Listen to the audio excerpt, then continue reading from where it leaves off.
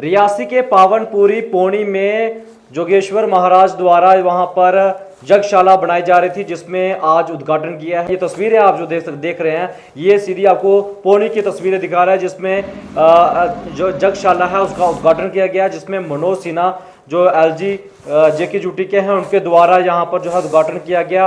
ये तस्वीरें आप देख सकते हैं, पिछले कई दिनों से लगातार इसकी जो है कार्य चल रहा था, आज फाइनली उद्घाटन कर दिया गया है, यज्ञशाला का उद्घाटन कर दिया गया है। तस्वीरें आप देख सकते हैं, एक पावनपुरी पौनी की जो तस्वीरें हैं कि काफ़ी लंबे अरसे से ये कार्य चल रहा था, आज कंप्लीट हो चुका है और उसके द्वारा यहाँ पर जो है उद्घाटन किया गया है। देखिए हमारी खास रिपोर्ट में।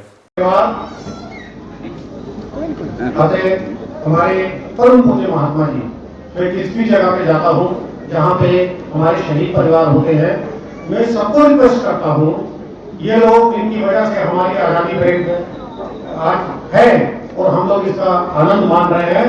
मैं आप सबसे रिक्वेस्ट करवाऊंगा कि खड़े होकर इन शहीद परिवारों के लिए ताली बजाएं।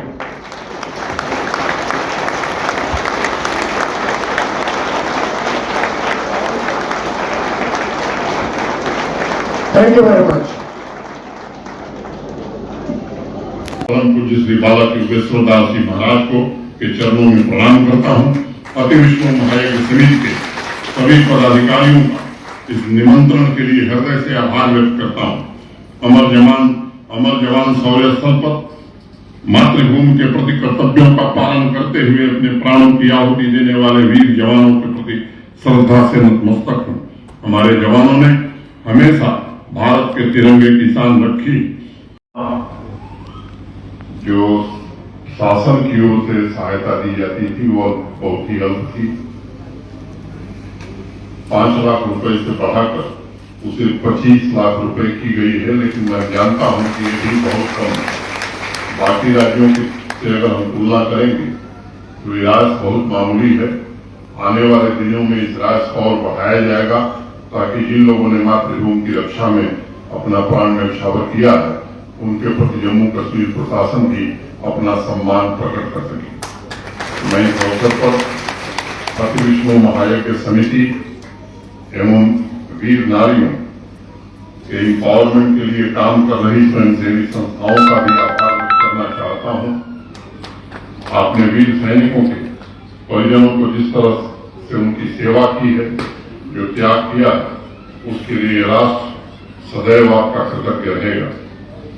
जम्मू कश्मीर की धरती पर पिछले 30 वर्षों से पड़ोसी मुल्क द्वारा प्रायोजित आतंकवाद ने सदैव राष्ट्रीय संकल्प को चुनौती दी है और इस चुनौती का डट करके जिस तरह से सेना के जवानों ने, हमारे CAPF के जवानों ने और जम्मू कश्मीर पुलिस के लोगों ने जिस बहादुरी से उसका मुकाबला किया है, मैं समझता हूं कि वो स्वयं में एक अद्भुत इतिहास है। ये भी सच है कि 5 अगस्त 2019 के बाद भारत के सम्माननीय प्रधानमंत्री आदरणीय नरेंद्र मोदी जी की दृढ़ इच्छा शक्ति के कारण एक ऐसा फैसला देश की संसद ने दिया कि आतंकवाद और उसको पालने वाले इकोसिस्टम के खिलाफ तेज कार्रवाई शुरू हुई। इस दिशा में अनेक उपलब्धियां सेना और पुलिस के जवानों ने, CAPF के जवानों ने हासिल की हैं और पत्थरबाजी और हड़ताल इतिहास की बात हो गई। 32 साल बाद पहली बार इस शैक्षणिक सत्र में 198 दिन स्कूल ऑपरेशनल थे। बच्चों की पढ़ाई में कहीं कोई व्यवधान नहीं आ रहा।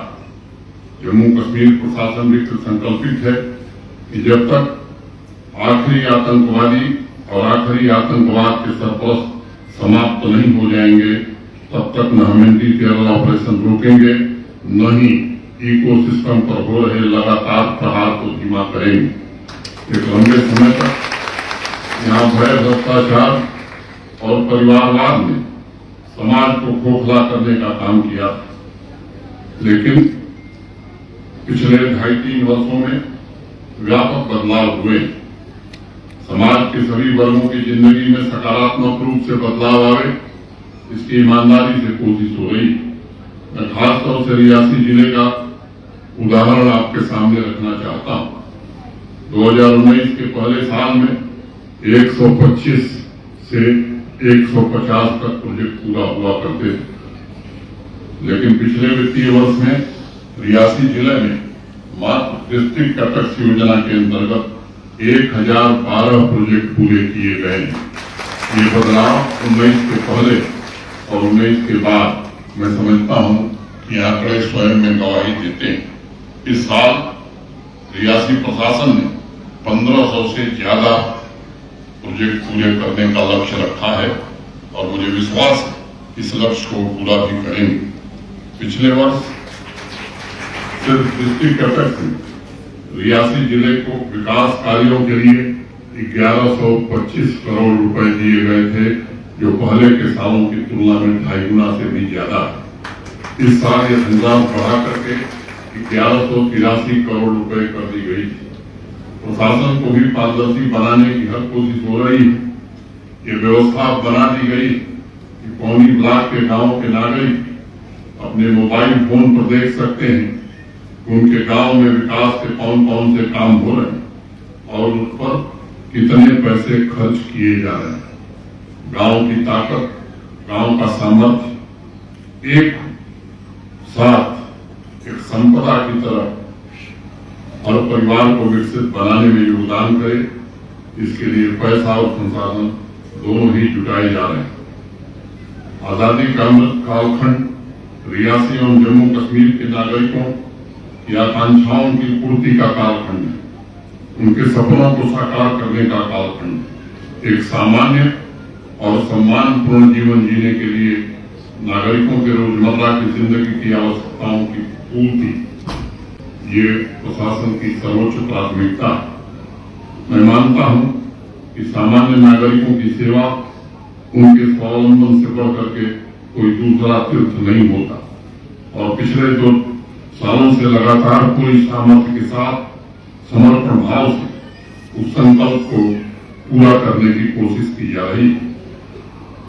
आज जब मैं जम्मू कश्मीर को स्वाभिमान के साथ सफलता की नई ऊंचाइयों को छूते हुए देखता हूं तो स्वाभाविक रूप से एक बात ध्यान में आती है कि जम्मू कश्मीर के नागरिकों का भी इसमें बड़ा भारी योगदान।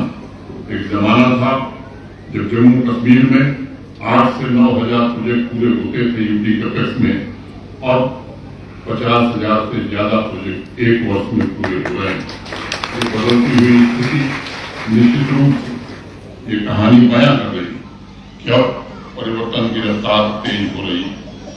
भ्रष्टाचार पर अंकुश लगे, इसकी कोशिश की जा रही है।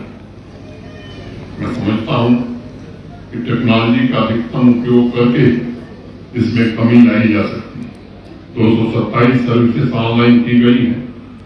मैं जानता हूं कि ऑनलाइन होने के बावजूद भी जनता में काफी लोगों को कई सर्विसेज के लिए दिक्कतें होती हैं। उसकी भी व्यवस्था हम लोग करने में लगे हैं और मैं आपको भरोसा देना चाहता हूं आने वाले 3 महीने में ये व्यवस्था हम निश्चित रूप से लागू कर पाएंगे।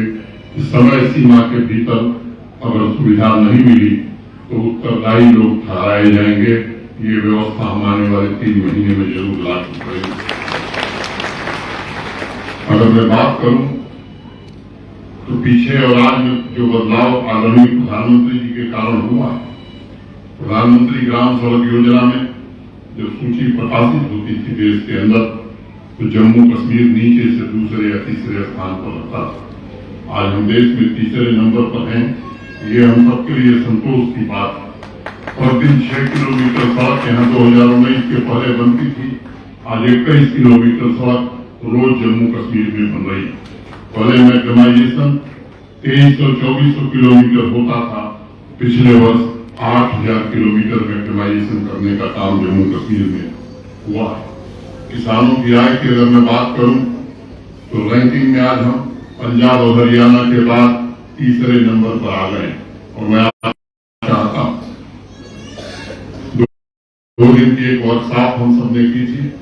देश भर के कृषि वैज्ञानिकों को बुलाया था, निमंत्रित किया जम्मू कश्मीर प्रशासन में जो एग्रीकल्चर और एलाइड सेक्टर के हमारे अधिकारी हैं, हमारे जो दोनों कृषि विश्वविद्यालय इनके कुलपतियों और प्राध्यापकों को भी उसमें शामिल बढ़ने वाला है, क्योंकि मुझे पता है 13 लाख से ज्यादा परिवार जम्मू कश्मीर की कृषि और एलाइड एक्टिविटीज पर ही निर्भर है। इन लोगों की जिंदगी बेहतर हो, इनकी आमदनी बढ़े, इनके घरों में भी समृद्धि आए, इसकी ईमानदारी से कोशिश करने की हम कोशिश कर रहे हैं। जमीनी स्तर पर समस्याओं को कैसे समाप्त किया जाए, इसके लिए भी ग्रास रूट डेमोक्रेसी और इससे जुड़ी हुई संस्थाओं और आम नागरिकों की भागीदारी उसमें बढ़े, इसके लिए भी माननीय प्रधानमंत्री जी ने त्रिस्तरीय पंचायती राज व्यवस्था को लंबे समय बाद जम्मू कश्मीर में लागू किया है। और मुझे पता है आम जनता और अधिकारियों के बीच एक ब्रिज का काम कर रहे हैं। पंचायतों को 1000 करोड़ रुपए इस वर्ष दिए गए, डीडीसी मेंबरान को 2000 करोड़ रुपए और बीडीसी को भी 72 करोड़ रुपए दिए गए। मैं समझता हूं कि इस तरह का बजट एलोकेशन पंचायती राज संस्थाओं एवं ग्राम पंचायतों को मजबूत बनाएगा। देश में चर्चा होती है कि केरल का पंचायती राज सिस्टम सबसे बेहतर। मैं आपको बताना चाहता हूं, फंड फंक्शन और फंक्शनली जितने डिपार्टमेंट जम्मू कश्मीर में ट्रांसफर हुए हैं, देश के किसी राज्य में नहीं हुए हैं। और ये मैं बहुत जिम्मेदारी से ये बात कहना चाहता हूँ। हम चाहते हैं कि आम नागरिक भी विकास की इस यात्रा में भागीदार बने। आपको मुझे बताते हुए खुशी है कि आज जम्मू कश्मीर के हर नागरिक के स्वास्थ्य की चिंता करते हुए 5 लाख रुपए का हेल्थ इंश्योरेंस सबको दिया गया और लगभग 2 करोड़ रुपए प्रतिदिन जम्मू कश्मीर प्रशासन यहाँ के लोगों के इलाज पर। प्रधानमंत्री जी के कारण व्यवस्थाओं में बड़ा बदलाव हुआ। एक समय था जब केवल 3 मेडिकल कॉलेज होते थे, आज 7 नए medical college, 2 AIIMS, 2 cancer institute और अनेक health and wellness centre, bone and joint institute Jammu Kashmir में आज प्राप्त। जो बात यहाँ कही जाती कि हमारा पानी देश कैसे ले सकता है, ये हकीकत आप जान लीजिए कि आज की तारीख में जम्मू कश्मीर में केवल 206 मेगावाट बिजली बनती है। अगर देश के बाकी हिस्सों से बिजली नहीं आएगी तो यहाँ 2 घंटे बिजली नहीं मिल सकती। एक भ्रम फैलाया गया, आज जम्मू कश्मीर के नागरिकों को बिजली। मैंने पहले ही कहा कि 227 पब्लिक सर्विसेज को ऑनलाइन किया गया है और रैपिड असेसमेंट सिस्टम भी लोगों से फीडबैक मिले कि हमारी सर्विसेज सेवाएं कैसी, इसमें सुधार की क्या गुंजाइश है। जब फीडबैक लिया जाता है तो बहुत कम लोग इसमें भागीदार बनते। मैं आपसे विनम्रतापूर्वक निवेदन करना चाहता हूं कि अगर आप फीडबैक देंगे तभी हमको सुधार करने का अवसर मिलेगा। सामान्य लाभार्थियों के बैंक खाते में सीधे 150 करोड़ रुपए प्रधानमंत्री आवास योजना के अंतर्गत कल ही स्थानांतरित किया। 75 घर बना दिए गए हैं। जो लक्ष्य है वो आने वाले दिनों में हम निश्चित रूप से पूरा करेंगे। अन्य राज्यों की तुलना में अगर मैं देखता हूं तो कई मामलों में जम्मू कश्मीर की अब चर्चा होने लगी और इसलिए मुझे याद है कि आप सबको भी ध्यान होगा कि एक समय इतने दिन में 8 दिन 20 दिन का महीने न फाइल जाती है, होटल में कमरे लिए जाते हैं। लगभग 400 करोड़ रुपए प्रशासन ने केवल परम पूज्य श्री बाला योगेश्वर दास जी महाराज को के चरणों में प्रणाम करता हूं। अति विश्व महायज्ञ समिति के सभी पदाधिकारियों का इस निमंत्रण के लिए हृदय से आभार व्यक्त करता हूं। अमर जवान शौर्य स्थल पर मातृभूमि के प्रति कर्तव्यों का पालन करते हुए अपने प्राणों की आहुति देने वाले वीर जवानों के प्रति श्रद्धा से नतमस्तक हूं। हमारे जवानों ने हमेशा भारत के तिरंगे की शान रखी। हमें भी ये व्रत लेना है कि हम अपने राष्ट्रीय ध्वज को कभी झुकने नहीं देंगे। मातृभूमि की रक्षा, उसकी अखंडता की रक्षा हम सब भी हर कीमत पर करेंगे। फिर से एक बार सभी वीर शहीदों को, वीर माताओं और वीर नारियों को प्रणाम करते हुए मैं अपनी बात पूरी करता हूं। बहुत बहुत धन्यवाद।